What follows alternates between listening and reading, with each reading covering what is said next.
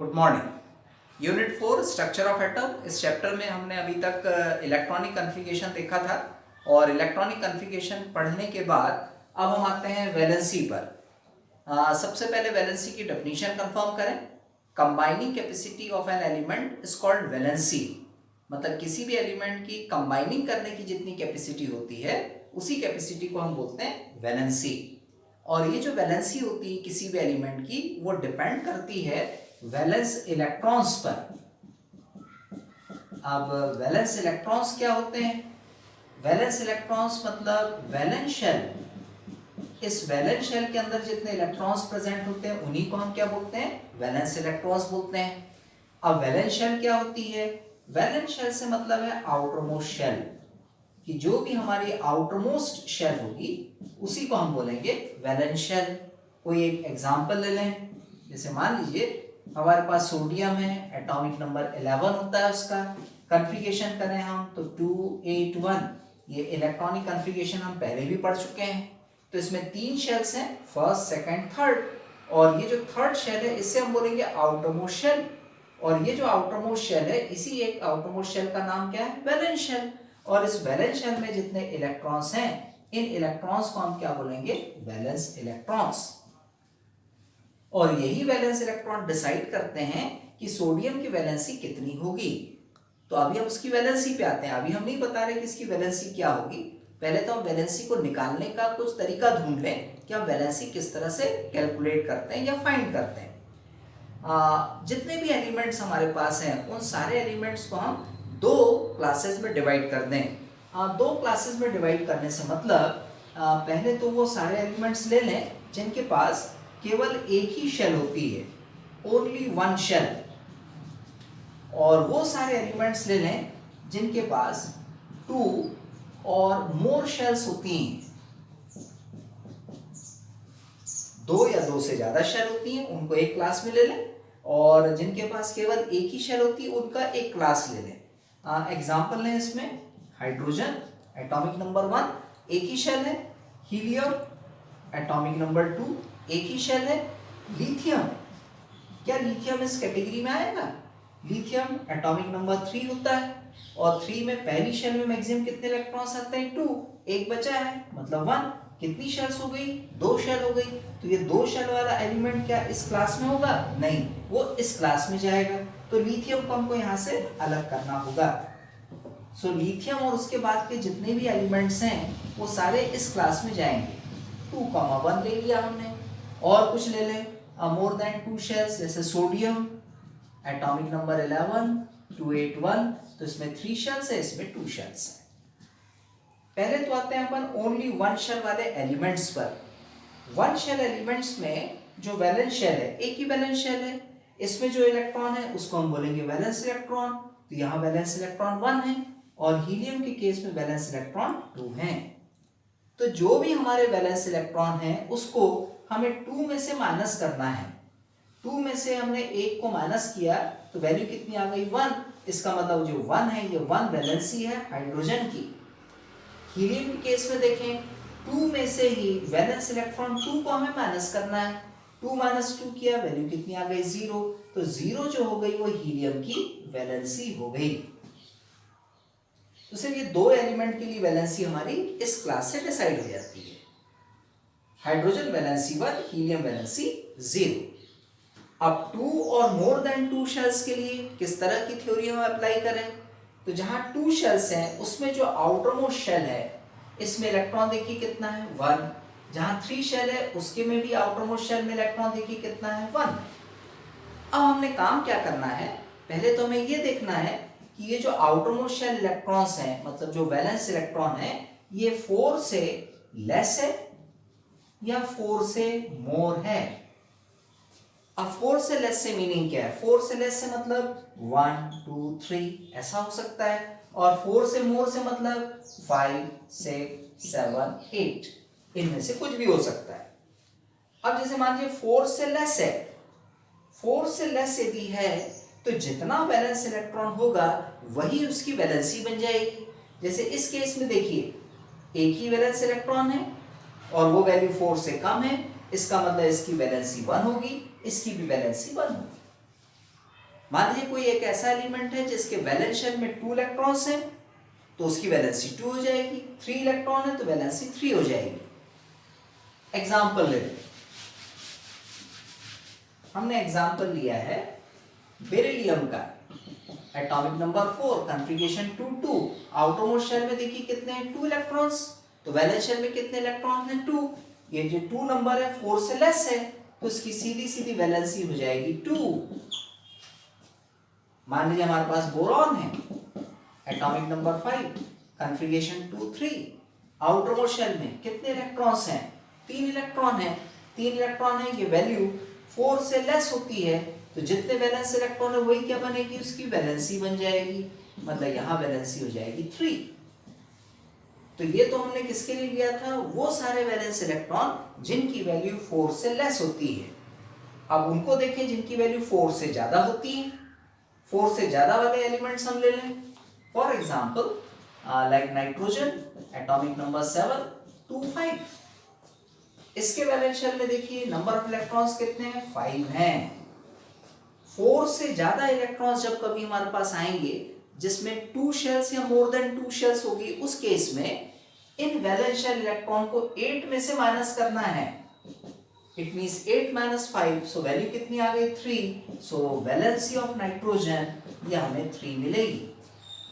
ठीक वैसे ही जैसे हमने इस केस में किया था, इस केस में क्या किया था, 2 में से हमने वैलेंस इलेक्ट्रॉन को माइनस किया था, तो यहाँ हमें 8 में से वैलेंस इलेक्ट्रॉन को माइनस करना पड़ेगा।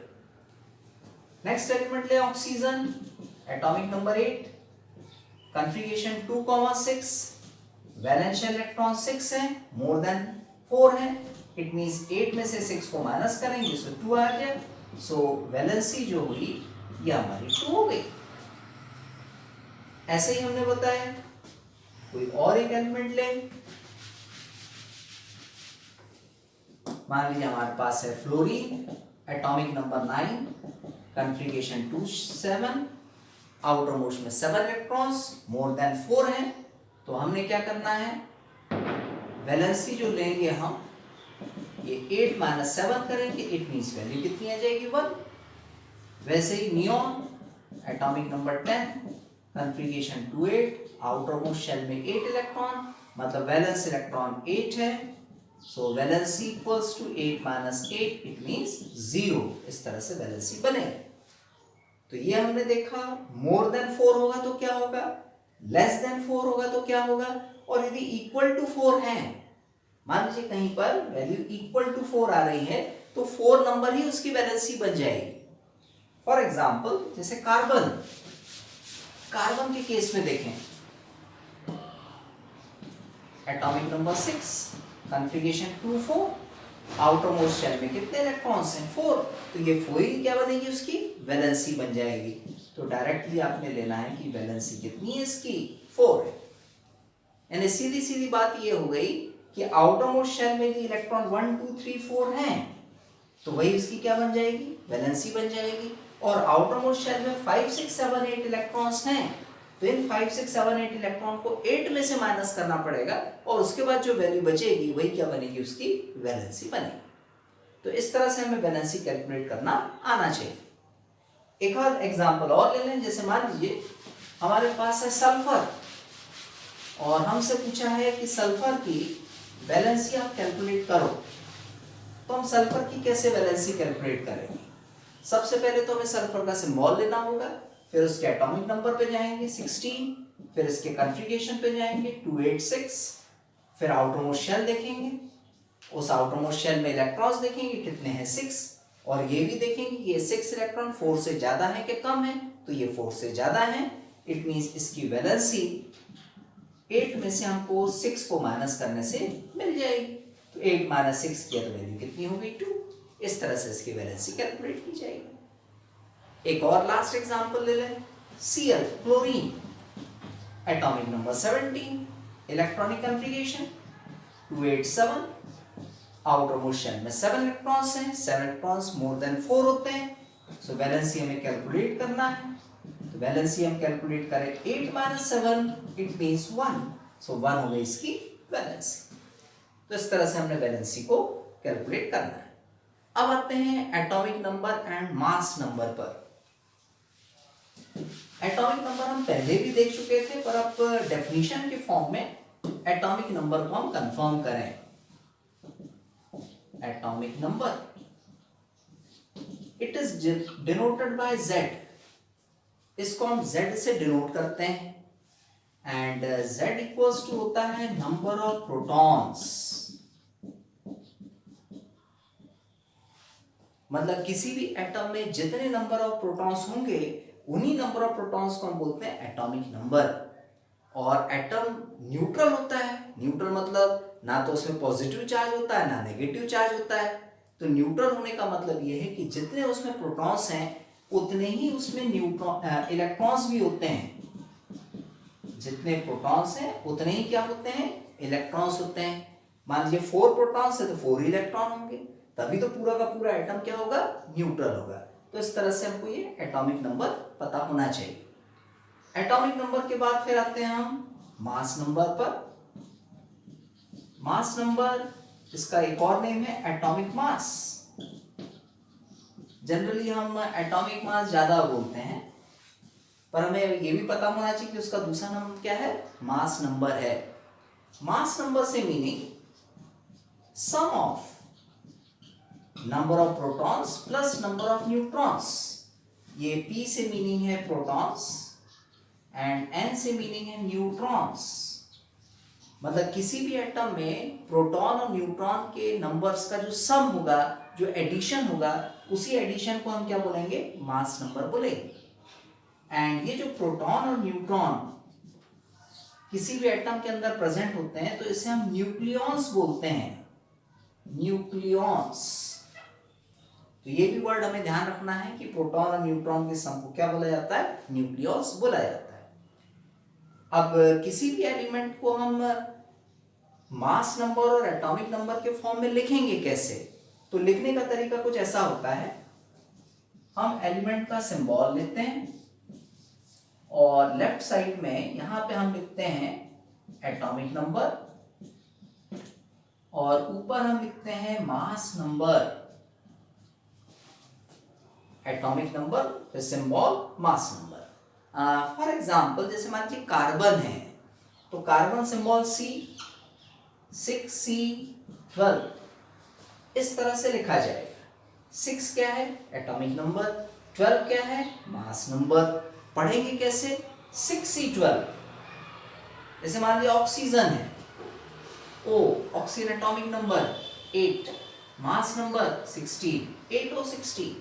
सोडियम है Na 11 Na23, 11 उसका एटॉमिक नंबर और 23 उसका मास नंबर। तो इस तरह से हमको इसको रिप्रेजेंट करते आना चाहिए। ये एलिमेंट का रिप्रेजेंटेशन है with the help of atomic number and mass number. तो ये कुछ चीजें थी जो आज हमने देखी। Thank you.